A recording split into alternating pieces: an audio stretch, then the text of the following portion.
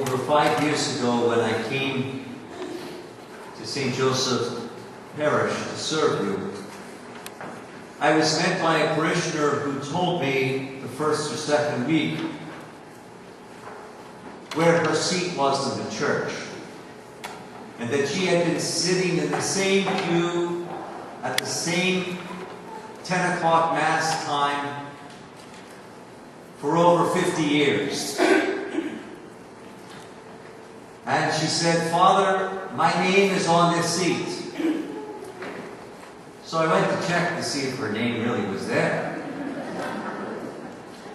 And she said, "All you have to do in the Catholic Church is come a half hour early, and you can take it to the bank. That will be your seat every week."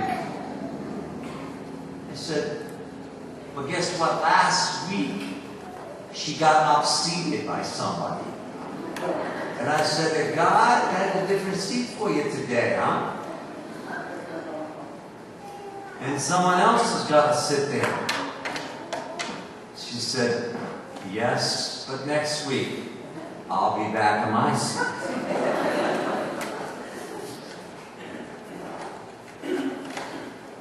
Jesus goes to a dinner at a leading Pharisee's house. And a lot of guests were invited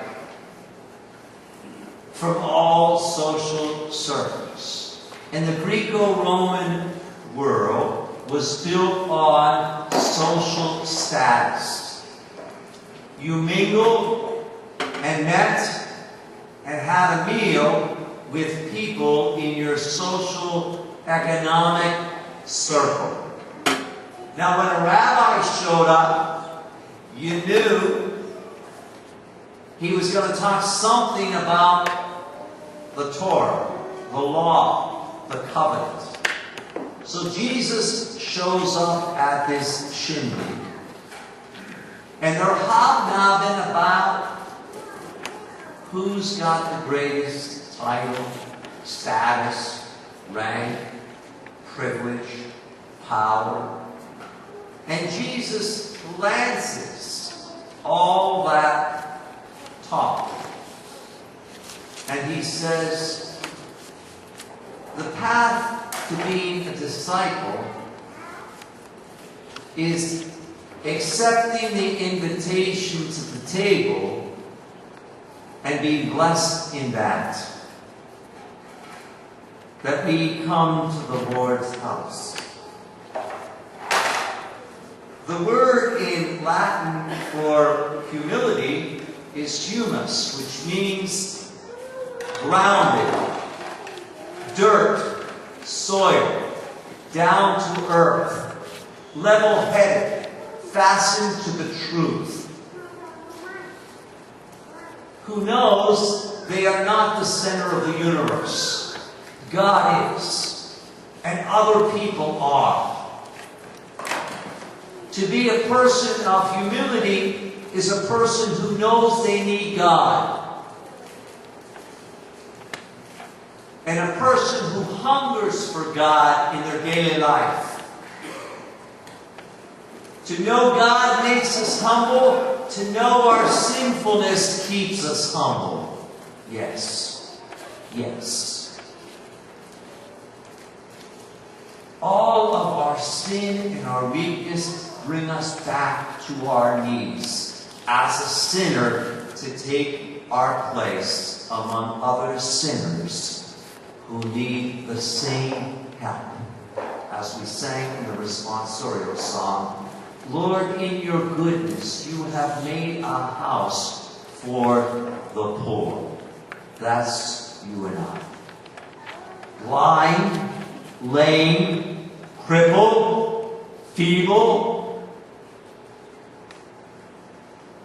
God has a preferential option for those who are weak, who are lonely, who are lost. And Jesus reminds us that in our vulnerability, His love is infinite.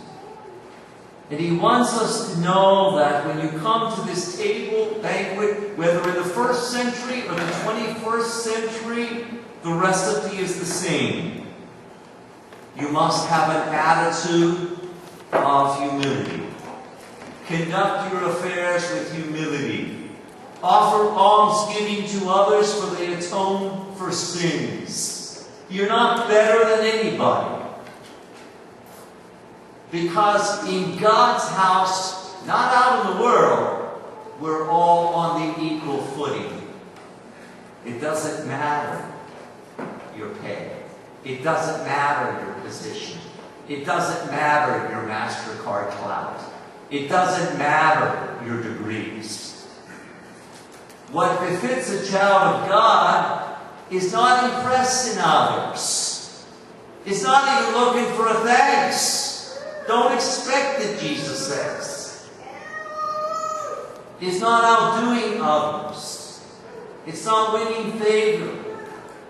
Jesus says what befits a child of God is disinterested charity.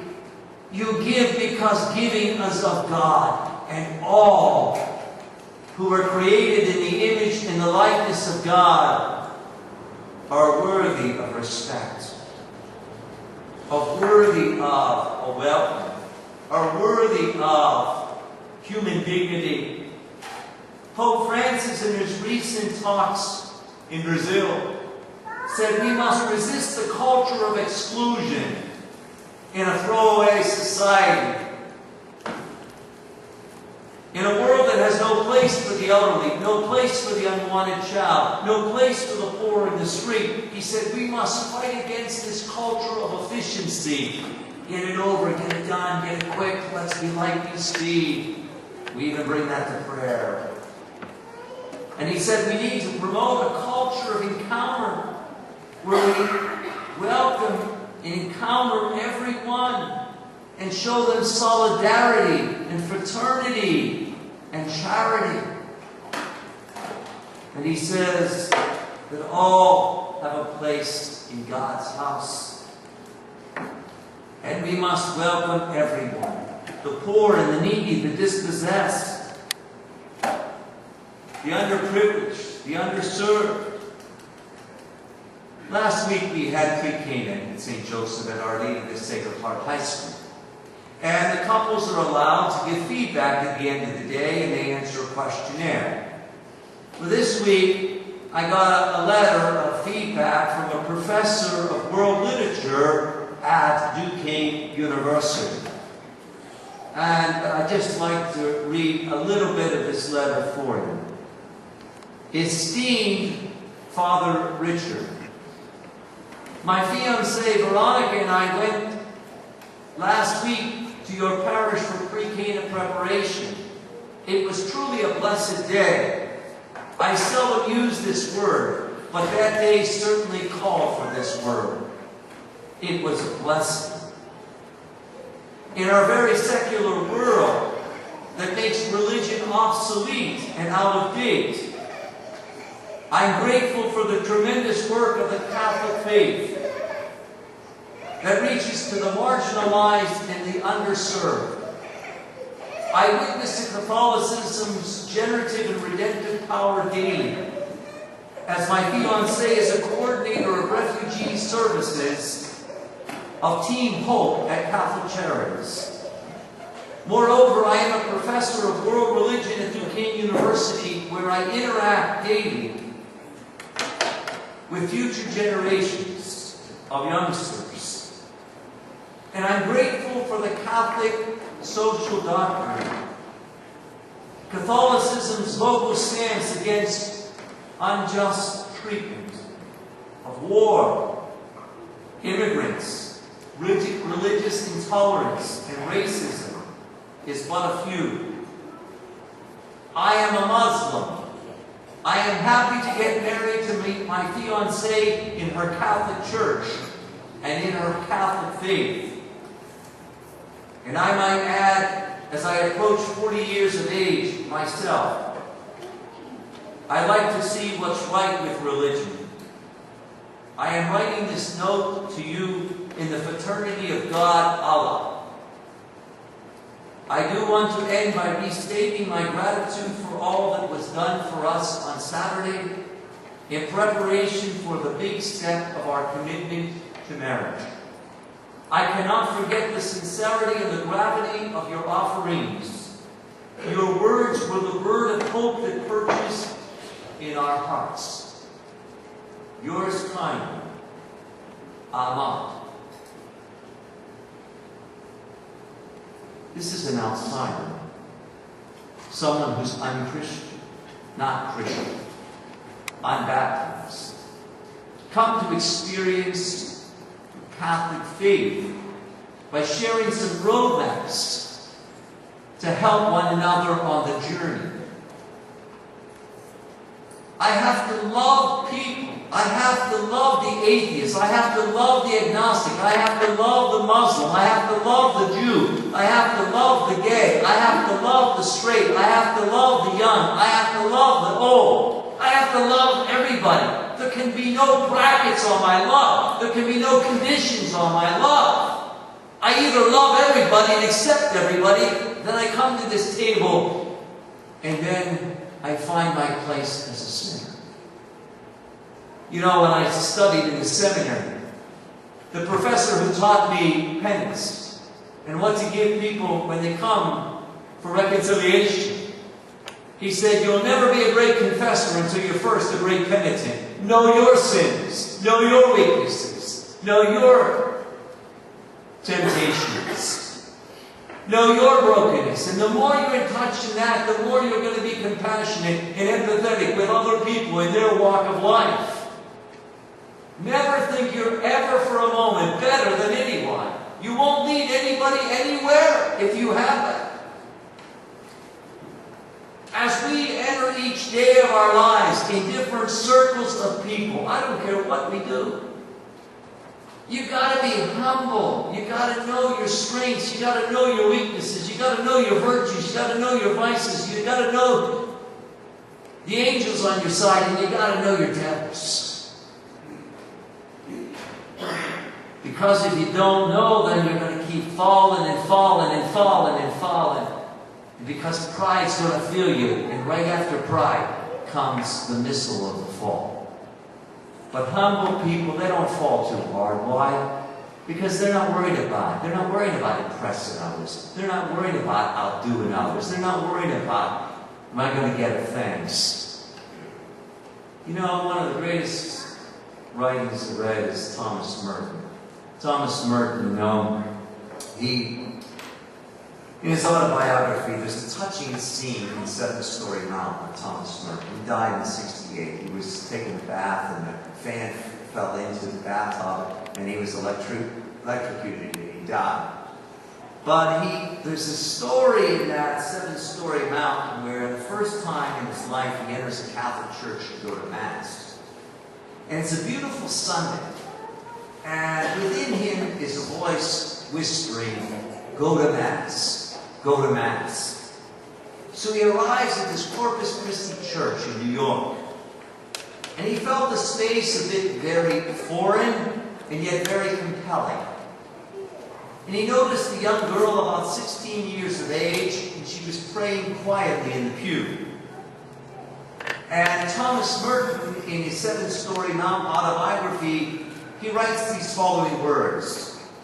What a revelation it was to discover so many ordinary people in a place together, more conscious of God than of one another. Not there to show off their hats or their clothes, but to pray, or at least fulfill a religious obligation, not a human one. He said it was in the lore of the humble, the silence of the church, the opening of sacred scriptures, that the emptiness of his life was found with meaning.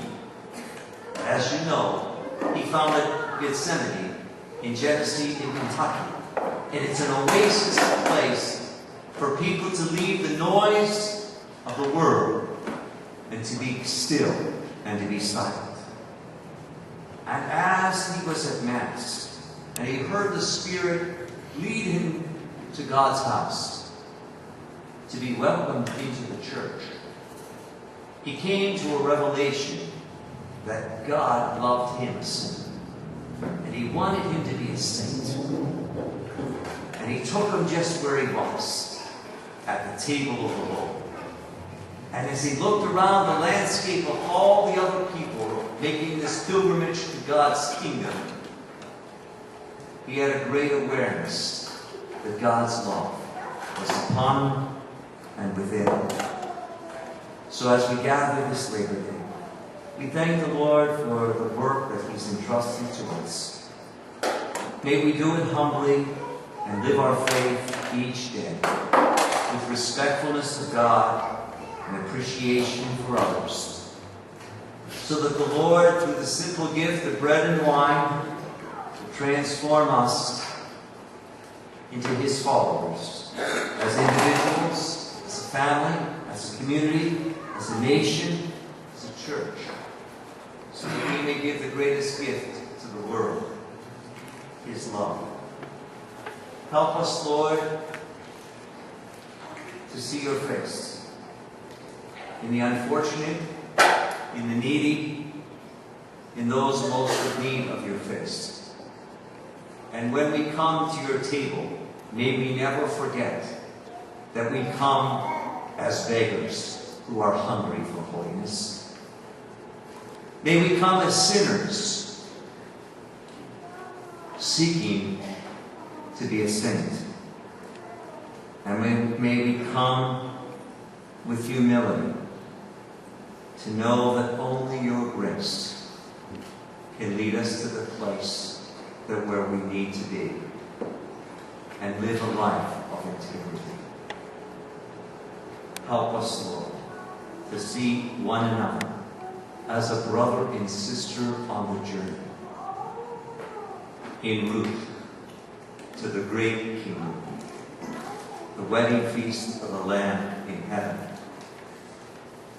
And every time I celebrate the Eucharist, I long for that great pledge of the promise of the covenant,